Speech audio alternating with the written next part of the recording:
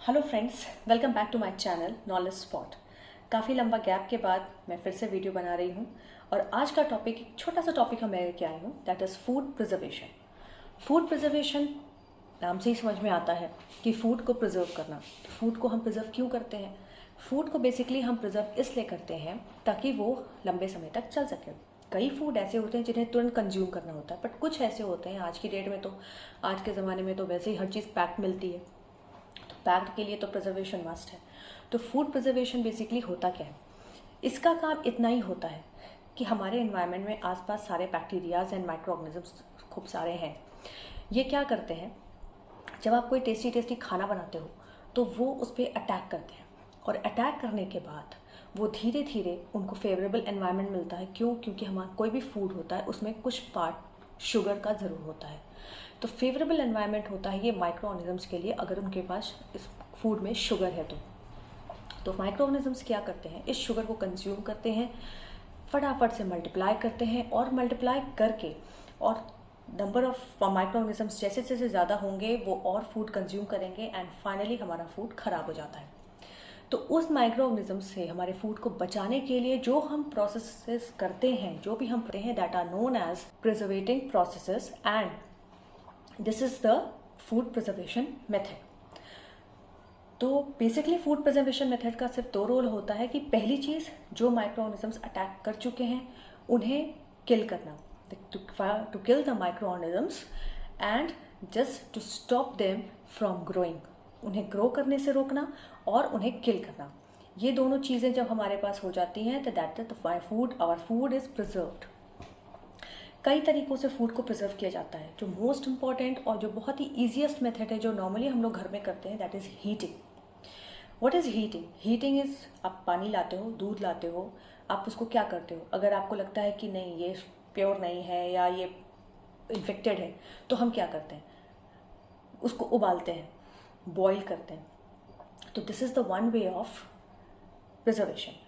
Milk को आता है आपके घर में, तो दूध वाला दे जाता है, मिल्क आता है आपके घर में, तो आप क्या करते हो, उसको बॉईल करते हो। Boil means what? Just to we want to kill the micro organisms. Micro organisms को किल करने के लिए हम उसको जस्ट बॉईल करते हैं। उसके बाद दूसरा एक तरीका होता है ultra heat treatment. Ultra heat treatment में बेसिकली हम क्या करते हैं, जब हमारे पास कोई भी आइटम आता है या कोई भी फूड आता है जिसको हमें बचाना है, then what we do is कि उसको हम लोग up to 135 degree centigrade, more than और equal to up to 135 degree centigrade या उससे ऊपर भी जा सकते हैं, उस पर हम फूड को गर्म करते हैं फॉर ओनली 1 to 2 सेकेंड्स। तुरंत हमने उसको 135 डिग्री सेंटीग्रेड तक टेम्परेचर को बढ़ाया, फूड को गर्म किया, and just we close it and just we pack it. Pack करने से क्या होता है, जब हमने उसको गर्म किया तो उसके माइक्रो ऑर्गेनिजम्स सारे किल हो गए।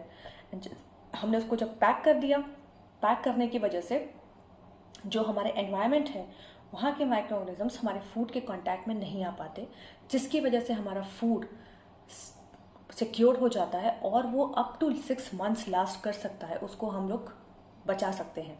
तो that is ultra heat treatment, UHT। The second most method is boiling का ही या हीटिंग का ही एक अलग मेथड दिया, जिसे हमारे पास्चर साहब ने दिया था, जिसको हम लोग जानते हैं, लुइस पास्चर ने दिया था। That is the pasteurization process. Pasteurization process भी लगभग हमारे हीटिंग तरह से सेम ही है, बट इसमें हम क्या करते हैं कि हम अपने फूड आइटम्स को गर्म करते हैं फॉर हाफ ए मिनट, आधे मिनट के लिए हम 70 डिग्री सेंटीग्रेड तक गर्म करते हैं, जैसे हमने अल्ट्रा हीट ट्रीटमेंट का बताया। जस्ट लगभग वही वाला प्रोसेस है। उसमें 135 डिग्री तक हम ले गए थे, बट इसमें क्या है, हम इसमें 70 डिग्री सेंटीग्रेड तक आधे मिनट तक बॉईल करते हैं दूध को, एंड देन उसको क्विकली कूल कर देते हैं। गर्म किया एंड देन ठंडा कर दिया तुरंत। एकदम से कूल करने से क्या होता है, एक तो बैक्टीरिया किल हो जाते हैं, एंड देन कूल करने पे जो होता है, मिल्क पूरी तरीके से सिक्योर हो जाता है, पूरी तरीके से प्योर हो जाता है। And this is the process is known as pasteurization and was given by Louis Pasteur. Fine. The third method is cooling. Normally हम घर में खाना बनाते हैं, जब रात का खाना बच जाता है तो हम क्या करते हैं, रेफ्रिजरेटर में रख देते हैं। तो रेफ्रिजरेटर में हम क्यों रखते हैं? इसीलिए कि वहाँ के बैक्टीरियाज जो हैं वो एनवायरनमेंट उन्हें प्रॉपर नहीं मिलेगा। अगर उन्हें प्रॉपर एनवायरनमेंट नहीं मिलता तो वो ग्रो नहीं करते। रेफ्रिजरेटर में रखने से, फर्स्ट ऑफ ऑल रेफ्रिजरेटर में रखने से माइक्रो ऑर्गेनिज्म किल नहीं होते हैं, जैसे हम बाकी प्रोसेसेस में देख रहे हैं कि उसमें माइक्रो ऑर्गेनिज्म किल होते हैं and then they do not grow.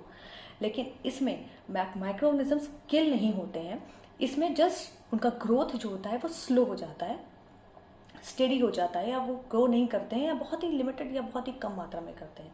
तो अगर नॉर्मली हम जैसे खाना रखते हैं रेफ्रिजरेट करते हैं तो खाना 1 से 2 दिन चल जाता है। बट उसी फूड को अगर हमने डीप फ्रीज में रख दिया, डीप फ्रीज में रखने से क्या होता है, -18 डिग्री सेंटीग्रेड तक अगर उसको डीप फ्रीज कर दिया तो बैक्टीरियाज ग्रो नहीं करते and then it last for 1 to 2 और more than up to 6 months also. ठीक है, जैसे हम मार्केट से ले आते हैं कोई भी डीप फ्रीज्ड ले आते हैं, वो पैक्ड आइटम्स होते हैं, तो वो ख़राब क्यों नहीं होते? वो इसीलिए ख़राब नहीं होते क्योंकि वो बाहरी एनवायरनमेंट के कांटेक्ट में नहीं है, they are packed as well as they are deep freezed. Next process is for the food preservation is the chemical preservation. Chemical preservation में क्या होता है, केमिकल प्रिजर्वेशन में बेसिकली बहुत सारे केमिकल्स यूज़ होते हैं। जैसे नॉर्मल केमिकल अगर हम देखें तो दैट इज़ सॉल्ट, NaCl, जो घर में पाया जाता है। सॉल्ट का काम क्या होता है, सॉल्ट हो गया, शुगर हो गया, सॉल्ट शुगर का काम क्या होता है, जब बैक्टीरिया इनके कांटेक्ट में आता है तो ऑस्मोसिस होता है, प्रेशर, ऑस्मोटिक प्रेशर क्रिएट होता है, जैसे ऑस्मोसिस प्रोसेस कहते हैं। इस प्रोसेस के थ्रू क्या होता है, जो बैक्टीरिया के सेल वॉल होते हैं वो 70% किससे बने होते हैं, वाटर से। तो ऑस्मोसिस में क्या होता है, जो बैक्टीरिया के सेल वॉल का वाटर होता है वो सारा का सारा वाटर हट जाता है, निकल जाता है, क्योंकि सॉल्ट है, बाहर के एनवायरनमेंट में सॉल्ट है और अंदर बैक्टीरिया के सेल वॉल में वाटर है, तो वाटर क्या होता है, लो कंसंट्रेशन से हाई कंसंट्रेशन पे मूव करेगा। तो बैक्टीरिया के सेल वॉल में जो वाटर होता है वो बैक्टीरिया के सेल वॉल से बाहर की तरफ मूव करता है, जिसकी वजह से क्या होता है, बैक्टीरिया का सेल वॉल डिस्ट्रॉय हो जाता है and when it is destroyed the bacteria is killed. Same thing is done with the sugar also. Sugar भी ऑस्मोटिक प्रेशर क्रिएट करता है या ऑस्मोसिस करता है, जिसकी वजह से बैक्टीरिया का सेल वॉल डिस्ट्रॉय हो जाता है and the food is preserved. बहुत सारे आइटम्स होते हैं जिसमें शुगर हम अगर प्लेस करते हैं, तो जैसे जूसेस हो गए हमारे, स्क्वैशेस हो गए, उसमें शुगर होता है। सॉल्ट हमारे जितने भी नॉनवेज आइटम्स होते हैं या हमारे फिश होता है, नॉनवेज आइटम्स हैं, पिकल्स में भी हम डालते हैं सॉल्ट। इन सारे आइटम्स में जब हम ये सब डालते हैं तो ये बैक्टीरियाज को किल भी करते हैं and when there is not a favourable environment they just don't grow fine. And वैसे नॉर्मल, ये तो नॉर्मल केमिकल्स हैं जो कि हम घर में भी यूज़ करते हैं, ऑयल है, विनेगर है, ये सारे क्या चीज़ें हैं, ये केमिकल ही हैं but they are normally used in home. उसके अलावा जो बेसिकली इंडस्ट्रीज़ में यूज़ होते हैं उसमें जैसे आता है सोडियम बेंजोएट, ये सारे केमिकल्स जो होते हैं ये हाई लेवल में यूज़ होते हैं, जैसे कि इंडस्ट्रीज़ में। इनको यूज़ करने के बाद देन फूड आइटम्स पैक कर दिए जाते हैं एंड फाइनली पैक करने के बाद फिर ये लॉन्ग ड्यूरेशन के लिए चलते हैं। जैसे हमारे जैम्स होते हैं जो हम यूज़ करते हैं, स्क्वैशेस होते हैं, ये सारी चीज़ें जो होती हैं इनमें बेसिकली ये प्रिजर्वेटिव्स मिलाए जाते हैं। ड्राइंग, आपने सुना होगा कि सनलाइट में अगर हम कोई चीज़ रख देते हैं तो वो ख़राब नहीं होती है, जस्ट बिकॉज इट ड्राइज। जब ड्राई हो जाती है तो चीज़ें ख़राब नहीं होंगी। जहाँ बैक्टीरिया को पानी मिलेगा, जहाँ बैक्टीरिया को शुगर्स मिलेंगे, वो वहाँ मल्टीप्लाई करेंगे एंड दे विल ग्रो। लेकिन अगर ये उन्हें अगर फेवरेबल एनवायरनमेंट नहीं मिलता है तो वो ग्रो नहीं करेंगे। तो drawing method, that is a sunlight drawing हो, चाहे किसी भी मेथड से अगर हम ड्राई कर रहे हैं तो वो भी बैक्टीरियाज को ग्रो करने से रोकते हैं as well as they kill them. जैसे कि हमारे ड्राई फ्रूट्स हो गए, लंबे समय तक चलते हैं, हमारे सूखे सीरियल्स हो गए, ये भी लंबे समय तक चलते हैं। क्यों चलते हैं? इसीलिए because they are dry, once they will get wet ये ख़राब होना शुरू हो जाते हैं। ठीक है, तो एक ये तरीका भी होता है drying. And then that is the canning. Canning process क्या होता है? आज की डेट में हर चीज़ आप कैंड पाते हो, कैंड वेजिटेबल्स भी होते हैं, कैंड फ्रूट्स भी होते हैं, कैंड पिकल्स भी होते हैं, सब कुछ होते हैं। तो कैंड आइटम कैसे बचे रह जाते हैं? इसीलिए क्योंकि हम आप फूड को पहले हम स्टरलाइज करते हैं और उसके बाद उसको तुरंत कैन कर देते हैं।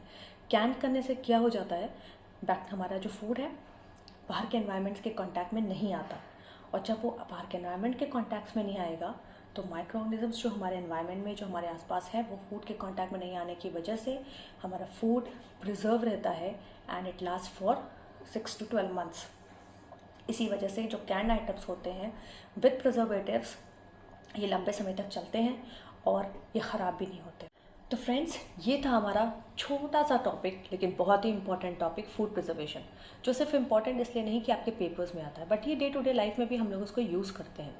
इसलिए अगर इस पॉइंट में, इस टॉपिक में भी अगर आपको कोई भी कन्फ्यूजन होता है या आप कोई और नया टॉपिक पढ़ना चाहते हैं, तो प्लीज़ आप मुझे कमेंट बॉक्स में ज़रूर लिख के भेजें।